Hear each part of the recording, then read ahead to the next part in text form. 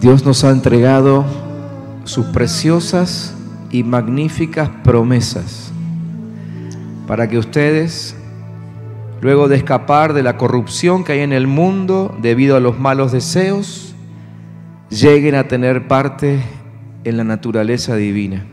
Esto es palabra de Dios.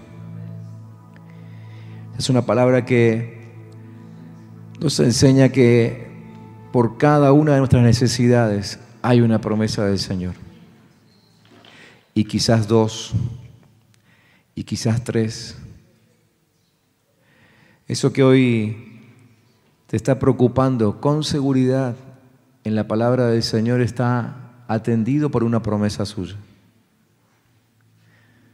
Así que antes de terminar este tiempo, antes de tomar asiento, cerrá tus ojos y decirle: Señor, vos conocés mi necesidad. Yo necesito encontrarme con esa promesa que me va a traer fe, con esa promesa que me va a fortalecer. Necesito encontrarme con esa promesa que ya salió de tu boca y que va a hacer que yo disfrute de la naturaleza divina. Ahí en el cielo, justo ahora, no existe ese problema que vos estás teniendo aquí en la tierra. Pero esta escritura nos dice que por alguna de sus tantas promesas, vos y yo podemos llegar a ser partícipes de la naturaleza divina, de lo que ahora se está viviendo en el cielo. Decirle: Señor, yo necesito encontrarme con una de esas promesas. Te pido que la pongas delante mío, para que mi fe nunca falle, que no fracase mi fe, que pueda sostenerme bien firme.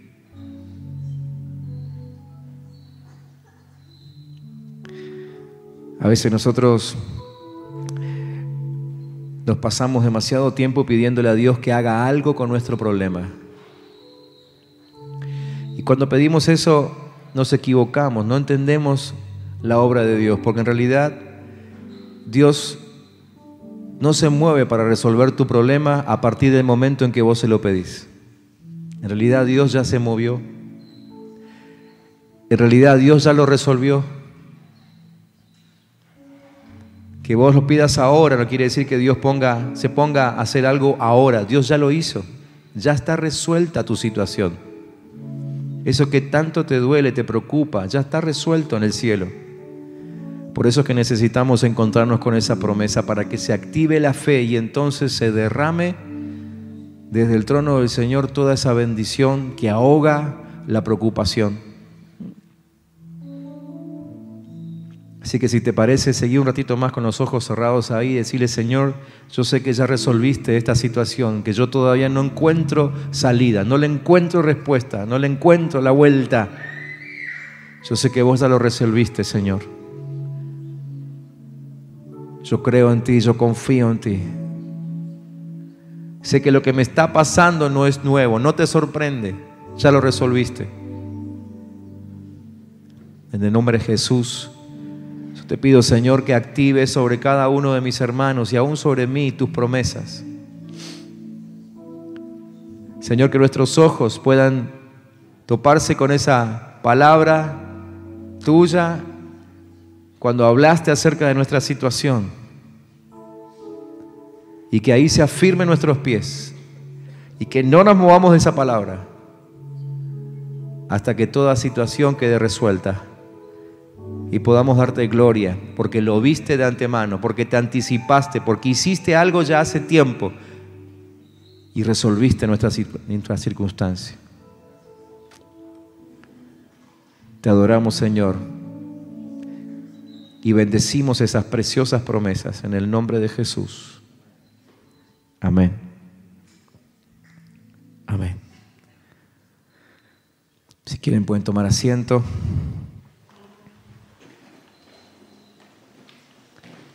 Bienvenidos a todos. Si hay alguien que nos visita hoy por primera vez, bienvenidos sobre todo. Esperamos serle útiles y bendecirles también esta noche. Quiero compartir con ustedes durante un ratito algo que ya venimos charlando, para aquellos que vienen todos los miércoles ya saben, estamos ahí tratando de aprender del ejemplo de David, el rey David, que pasó muchas de las circunstancias que nosotros tuvimos que atravesar y que tenemos que atravesar. Él las vivió como hombre de carne y hueso que era, y su ejemplo, su forma de buscar a Dios, su acercamiento a Dios, nos enseña a nosotros también, ¿no? Y nos forma con un corazón como el que tenía David. La Biblia dice varias veces que a Dios le encantaba el corazón que tenía David, porque más allá de que caía en pecado como cualquiera de nosotros, el corazón de David siempre estaba dispuesto a volverse a Dios, ¿sí? Así que Dios espera eso de nosotros también. Y el miércoles pasado comenzamos hablando acerca de la disposición que encontramos en el corazón de David. Ya venimos hace como 2 meses con David, así que no voy a repetir todo lo que hemos hablado, todos los mensajes están en el canal de YouTube. Pero el miércoles pasado comenzamos a hablar acerca de la disposición que encontramos en él, ¿sí? Y cómo su corazón siempre estaba listo y dispuesto y aún preparado para servir a Dios en lo que sea, inclusive en las situaciones sorpresivas. Y venimos trabajando sobre el capítulo 17 del primer libro de Samuel, si lo quieren buscar en sus Biblias, si no simplemente escuchen. Pero en el primer libro de Samuel, capítulo 17, se relata el enfrentamiento entre David y Goliat. Y él fue ese día a otra cosa de ese lugar. Él no sabía que iba a un campo más. En realidad él sí sabía que iba a un campo de batalla, pero nunca esperó encontrar a sus propios hermanos y al resto del ejército de su país tan desahuciados, ¿no? Y anímicamente ya derrotados. Porque había un gigante, un tal Goliat, que salía todas las mañanas y los asustaba, los amedrentaba. Y lo que vimos el miércoles pasado es acerca de su disposición. Inmediatamente él se dispuso a servir al Señor, a servir al Rey en lo que sea y en lo que inclusive Dios ya lo había preparado. Cuando él va a hablar con el rey Saúl, él le dice: yo ya tuve la práctica, ya tuve esa experiencia, ya Dios me preparó peleando con osos y peleando con leones, así que estoy listo, ¿no? Eso tiene que ver con la disposición y nos enseña a nosotros a estar dispuestos a servir al Señor aún en las situaciones menos esperadas. David fue a llevarle un poco de pan a sus hermanos y tenía que volver. Nunca esperó ir a pelear con nadie. De hecho, terminó la pelea y se volvió a hacer lo que se esperaba que se hiciera, es decir, a cuidar las ovejas de su papá. Y nos enseña a nosotros a estar dispuestos a servir al Señor en cualquier momento, ¿no? Muchas veces, en medio de la vida diaria y en medio de nuestras tantas ocupaciones, el Señor nos sorprende pidiéndonos que hagamos algo, ¿no? La gran pregunta es, bueno, ¿cómo respondemos nosotros? ¿La dejamos pasar o atendemos lo que Dios nos está pidiendo? ¿Somos capaces de dejar lo que teníamos en agenda para servir a Dios? Por eso es que el corazón de Dios era tan agradable el corazón de David era tan agradable para Dios, porque David era capaz de dejar cualquier cosa cuando entendía que Dios lo estaba llamando, ¿sí?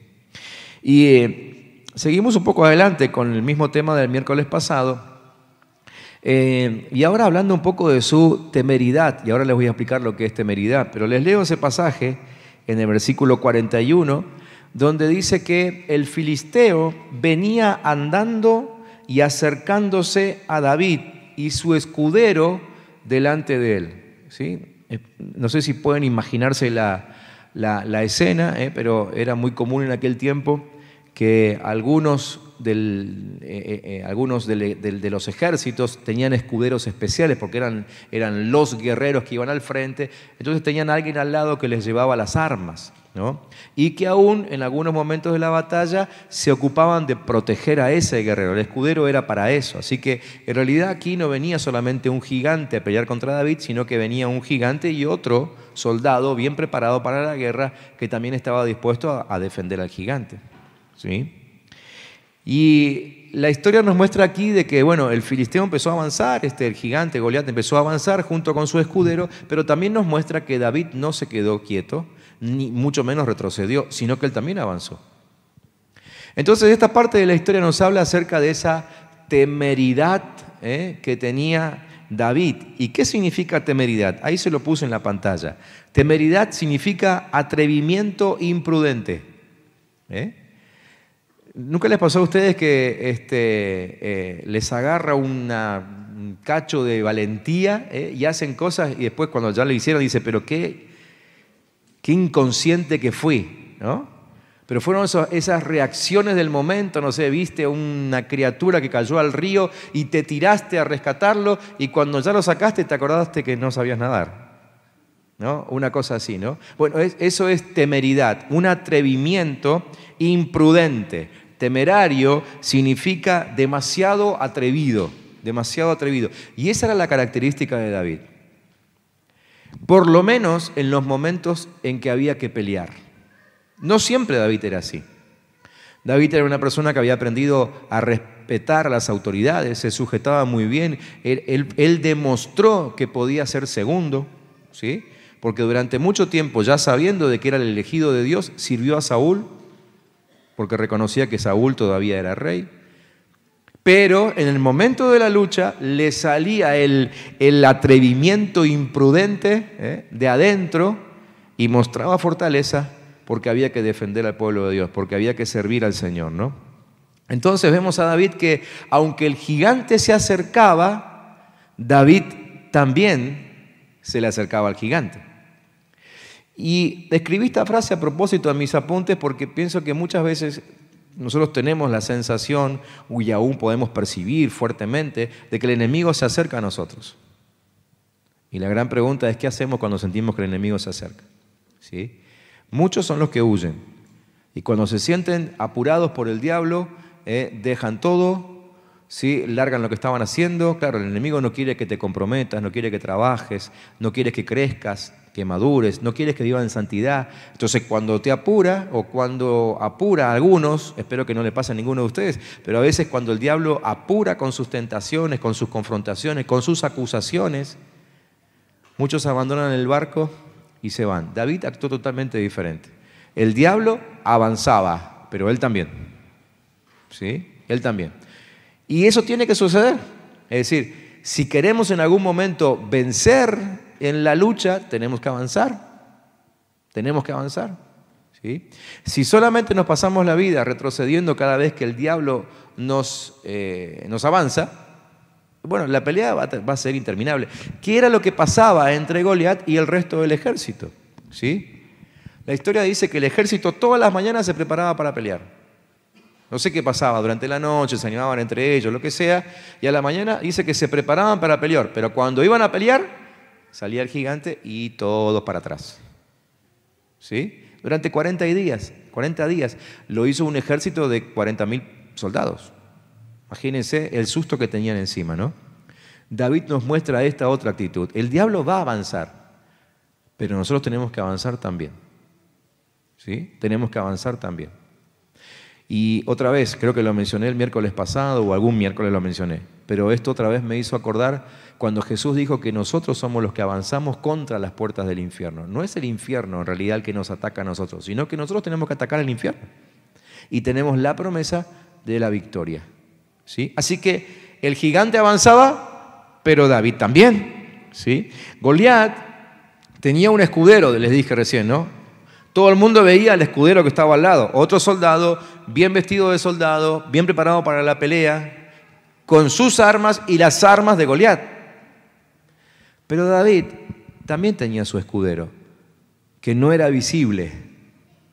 Era un escudero invisible. Y él mismo se encarga de presentarlo. No aquí, no en esta batalla, pero un tiempo después él termina escribiendo acerca del escudero que él tenía. Les voy a leer y si quieren tomen nota porque eso no va a aparecer en la pantalla. Pero por ejemplo, en el Salmo 3, versículo 3, David dice, pero tú Jehová eres escudo alrededor de mí.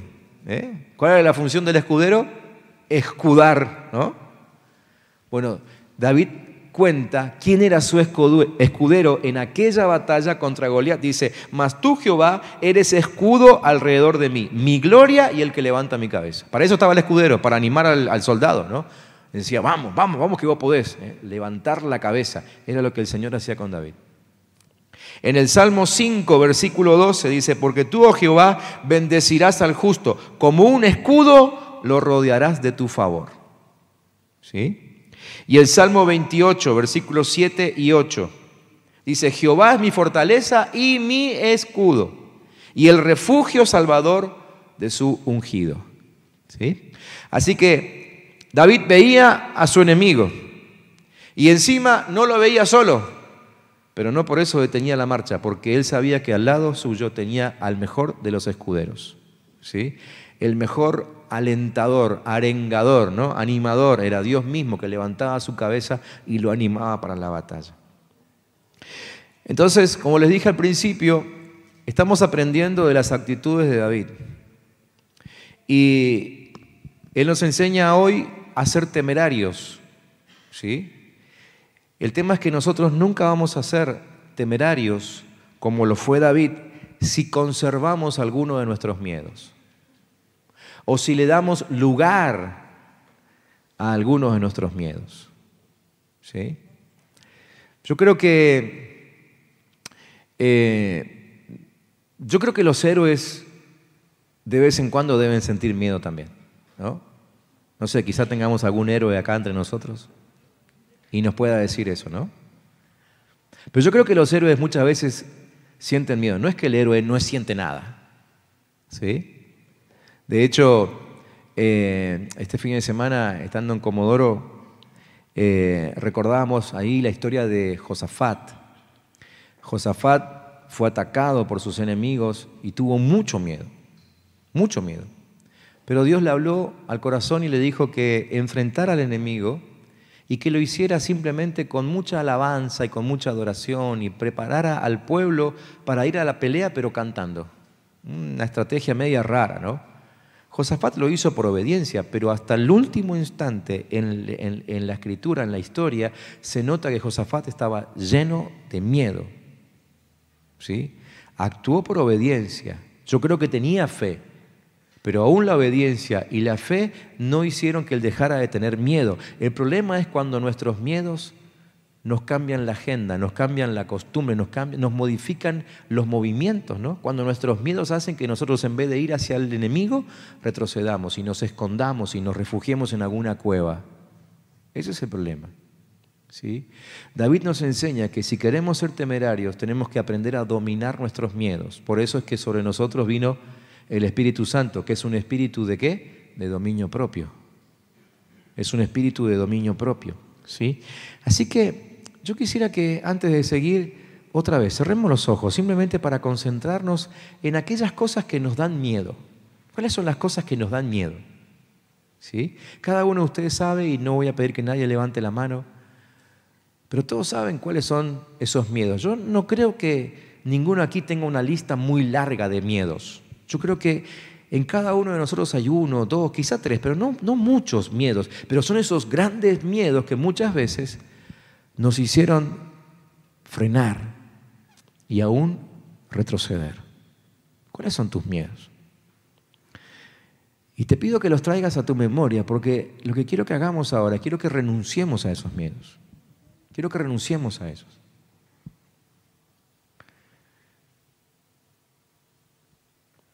Y toda renuncia comienza con el reconocimiento de que los miedos existen.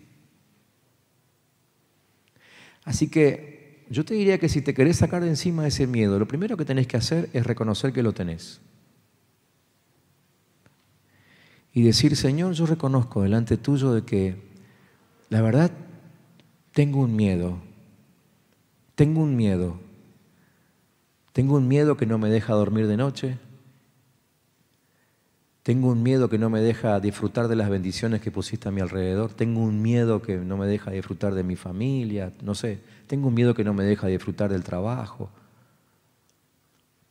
Tengo un miedo que no me permite avanzar. Tengo un miedo que me ha hecho retroceder. Tengo un miedo que me hizo perder cosas importantes en la vida. Seguramente que ese miedo tiene nombre y tiene apellido. Así que delante del Señor, ahí sin levantar mucho la voz, pero decir, Señor, yo reconozco, este es mi miedo, y decilo. Y una vez que lo digas, ahora declará en el nombre de Jesús que Dios es tu fortaleza, que Dios es tu escudo también, como lo fue de David. Y decir delante del Señor, yo sé que por las fuerzas de Dios en mí, yo puedo vencer este miedo. Por eso es que en este instante yo renuncio a este miedo. Y decirlo otra vez con nombre y apellido, yo renuncio a ese miedo. Yo declaro que ya no me puede gobernar, que la fuerza de Dios en mi vida es mayor que la fuerza de mi temor.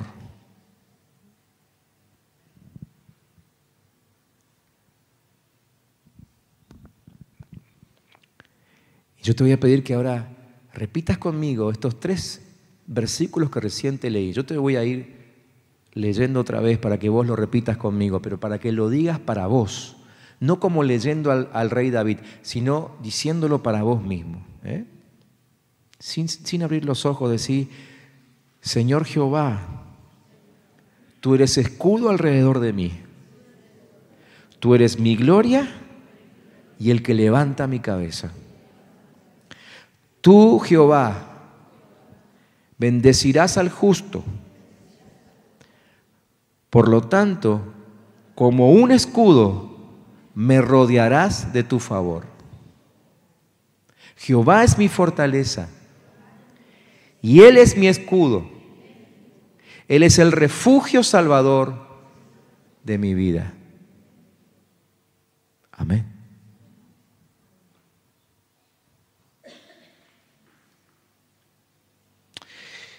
El versículo 42, el que sigue, dice que cuando el filisteo miró y vio a David, le tuvo en poco, porque era muchacho y rubio y de hermoso parecer. Ya explicamos algún miércoles que el rubio ahí no quiere decir, no está hablando del color de su piel ni de su cabello, ¿no? Sino que el rubio está hablando de su salud, ¿sí? Lo vio como alguien muy saludable.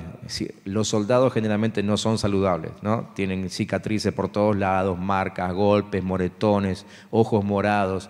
Este no tenía nada de eso. Entonces, dice que Goliat vio, él estaba pidiendo que se presente un hombre para pelear.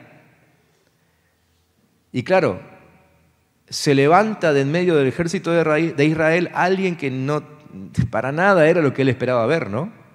Por eso dice que lo tuvo en poco. Él esperaba ver a un soldado con su atuendo, con su espada, con su escudo, que salga a pelear contra él. Y en vez de eso salió un muchacho muy saludable, sin rasgos de pelea, ¿sí? Y encima de hermoso parecer. Así que, fíjense que no es casualidad que el texto dice que miró y vio. Son 2 acciones diferentes, ¿no? Una cosa es mirar, uno mira al voleo así, pero sin ver. ¿Te pasó alguna vez? Pero acá dice que miró y vio. O sea que primeramente hizo como un recorrido así, y el que salía de allá del ejército era uno más de los tantos. Pero claro, después Goliat se dio cuenta de que en realidad el que había salido de ahí atrás venía avanzando y le llamó la atención las características que tenía. Ahí recién lo vio. Generalmente, aquellos que son escogidos por Dios no son personas que llamen la atención inmediatamente, porque son personas del montón, ¿sí? Y otra vez David nos enseña con su ejemplo a no menospreciarnos a nosotros mismos, porque puede ser que nosotros seamos del montón, y quizás menos del montón, porque en el caso de David ni siquiera era parte del ejército. A lo mejor vos te sentís como sapo de otro pozo en algún lugar y decís: no, yo no soy de este lugar, Dios no me va a elegir nunca. David tampoco era de ese ejército, pero Dios lo eligió. ¿Podría haber fortalecido Dios, podría haber capacitado Dios a cualquiera de los soldados de ese ejército? Por supuesto que sí, pero no quiso hacerlo. Y eligió a alguien que no era de ese lugar, era sapo de otro pozo, ¿sí? Dios puede elegir a cualquiera de nosotros, aunque estemos descontextualizados. Si Dios tiene un propósito con tu vida, te va a sacar de donde sea y te va a poner donde sea. Te va a poner en un contexto que a vos te parece extraño, raro, no sos de ahí, pero ahí es donde Dios te quiere usar. ¿Sí? Al ungido, como a David, lo miran muchos, pero los ven pocos. Pocos son los que ven los ungidos. ¿Cuándo se da cuenta Goliat de quién tenía enfrente? Cuando ya David estaba cerca. Y ese es el momento en que se distingue a un escogido de Dios, cuando lo tenés cerca. Si lo ves de lejos, parecen del montón, pero cuando empezás a acercarte a algunos, te das cuenta por su forma de hablar, por su forma de conducirse, por su trato. Cuando lo tenés cerca, te das cuenta que hay una unción particular sobre esa persona. Otra vez, David es nuestro modelo. ¿Sí? A veces nosotros nos encontramos con personas que quieren actuar totalmente diferente a esto. ¿Por qué? Porque tienen que esconder su falta de unción. Entonces mantienen distancia. Siempre los ves de lejos. Porque si los vieras de cerca descubrirías que no son escogidos de Dios. Entonces se mantienen lejos. Se mantienen lejos del grupo, son fríos, son reacios, o se mantienen alguna distancia con alguna característica, ¿sí? Algunos intentan que no descubras cómo son y siempre están haciendo chistes, siempre se ríen de todo, ocultan su situación, su problema, quieren mantener lejos al grupo. ¿Por qué? Porque si estamos cerca, ahí es cuando descubrimos la verdadera personalidad. ¿Sí? Un ungido de Dios no tiene problema de acercarse a nadie y de hecho cuando está cerca es cuando lo descubrimos. Eso es lo que pasó con David. Entonces, claro, dice que Goliat lo tuvo en poco, pero cuando estuvo cerca se dio cuenta de quién era. Y eso es lo importante. David sabía quién era y David sabía quién era su Dios. Era todo lo que le importaba. Sabemos que a medida que David se empieza a acercar, Goliat le empieza a gritar, ¿no? Y lo empieza a insultar, ¿no? Y lo trata de muchachito desubicado, que viene a pelear con él como si fuese un perro, ¿no? Pero David tenía oídos sordos para los comentarios del gigante. A él solamente le interesaba lo que opinaba Dios y le interesaba lo que él sabía de sí mismo, ¿sí? Lo que él sabía de sí mismo fue lo que le dijo a Saúl. Yo ya tengo la experiencia, yo ya vencí. Él se veía a sí mismo como un vencedor y además sabía lo que Dios opinaba de él. Otra vez, David nos hace pensar, ¿no? Nos hace pensar en qué es lo que nosotros sentimos cuando la gente opina de nosotros. ¿Qué te pasa cuando escuchás que la gente opina de vos? Hay gente a la cual le hace, pero muy mal, ¿no? Enterarse de lo que otros dicen. De hecho, hay algunos que ni siquiera esperan a que otros digan. Los ven hablando juntos y dicen, seguro que están hablando de mí. ¿Conocen gente así? ¿No? Ves que dos se juntaron y ya sospechás que están hablando de vos. Seguro, mirá, ahí lo tenés a los dos, ¿no? Están hablando de mí. Y a lo mejor nada que ver, ¿no? Pero esa gente no puede ser usada por Dios. Dios no los puede usar, porque solamente están expectantes en lo que los demás dicen acerca de ellos. Entonces, esa gente es peligrosa en el tiempo de guerra, porque cualquier enemigo como Goliat, que habla mucho y habla fuerte, los puede voltear con sus comentarios. Es decir, Dios no puede mandar a alguien que siempre está esperando a ver qué dicen los demás al frente de batalla. Y esto es algo... sobre todo en la pelea con el diablo, lo tenemos que saber. ¿Por qué? Porque el diablo, la única forma con la cual nos puede vencer es hablándonos. ¿Sí? Vieron que la Biblia lo compara con un león, ¿no? Dice que el diablo anda como león rugiente. ¿Sí? Ustedes se dieron cuenta que, vieron que al león le dicen el rey de la selva, ¿no es cierto? Pero el león no es ni el más fuerte de la selva, ni el más rápido de la selva, ni el más ágil de la selva. ¿Por qué es el rey de la selva? Porque es el que más fuerte grita. Y el grito del león paraliza a la presa y entonces con toda su pachorra y lentitud, el león le puede caer encima a cualquier ciervo que es doble veces más rápido que el león. ¿Sí? Lo hace por lo que habla, por lo que grita. Por eso la Biblia compara al diablo con el león, porque el diablo no tiene poder, pero habla fuerte, te grita, te dice tantas mentiras que te las terminás creyendo, te paralizás y él te cae encima. El diablo no es más fuerte que vos. ¿Sí? Cuando la Biblia habla del hombre fuerte, no habla del diablo. Habla de nosotros, habla de la iglesia. Nosotros somos el hombre fuerte porque tenemos el poder de Cristo. ¿Sí? Pero el diablo, comparado con el león, nos puede vencer porque habla fuerte, porque grita fuerte. Entonces, por eso es que Dios no puede mandar al frente de la batalla a aquellos que siempre se creen todo lo que la gente dice. Porque el enemigo gritaría y se desanimarían, ¿no? Y se volverían para atrás y perderían la batalla. Dios puede usar solamente a aquellos que saben lo que Dios opina de ellos, y es lo único que le importa, y que además saben lo que ellos opinan de sí mismos. ¿Sí? Así que otra vez, cierra tus ojos ahí y hacete esta pregunta. Quizás no la puedas terminar de contestar ahora, pero hacete esta pregunta y termina de contestarla, no sé, esta noche, mañana o durante toda la semana. Pregúntate, ¿qué opinión tiene Dios de mí? ¿Qué será que Dios opina de vos? Si tuviese la oportunidad de sentarte mano a mano, café de por medio con el Señor, ¿qué te diría el Señor? ¿Qué pensás que Dios opina de vos? ¿Te vería a Él como un digno representante de su reino? ¿Te vería a Él como un valiente? ¿Te vería a Él como alguien a quien Él podría usar para una batalla contra el enemigo? ¿Te vería a Él como alguien que hace un esfuerzo extremo por parecerse a Cristo, ser santo, hablar como Jesús, actuar como Jesús, pensar como Jesús?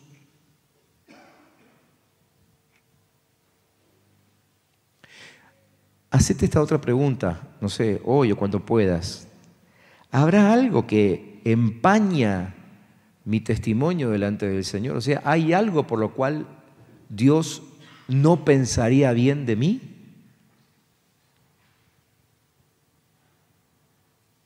Si descubrís que hay algo por lo cual Dios no pensaría bien de vos, tenés que sacarte ese algo de encima lo antes posible.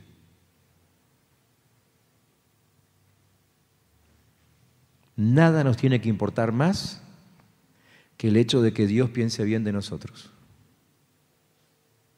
Todo el mundo puede pensar mal de nosotros y podemos seguir vivos y aún victoriosos.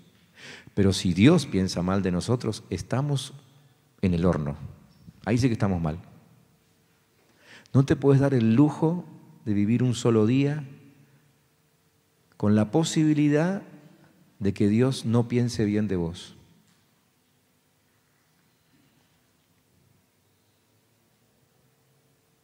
Así que te voy a dejar otra vez una tarea para la semana.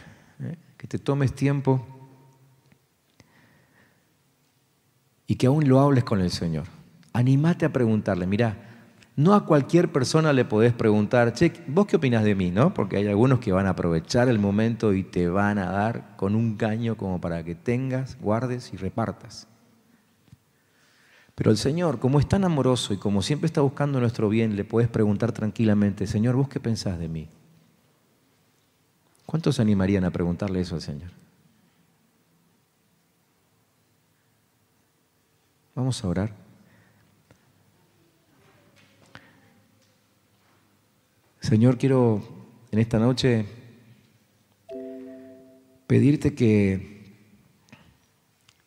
cada uno de nosotros, incluyéndome a mí mismo,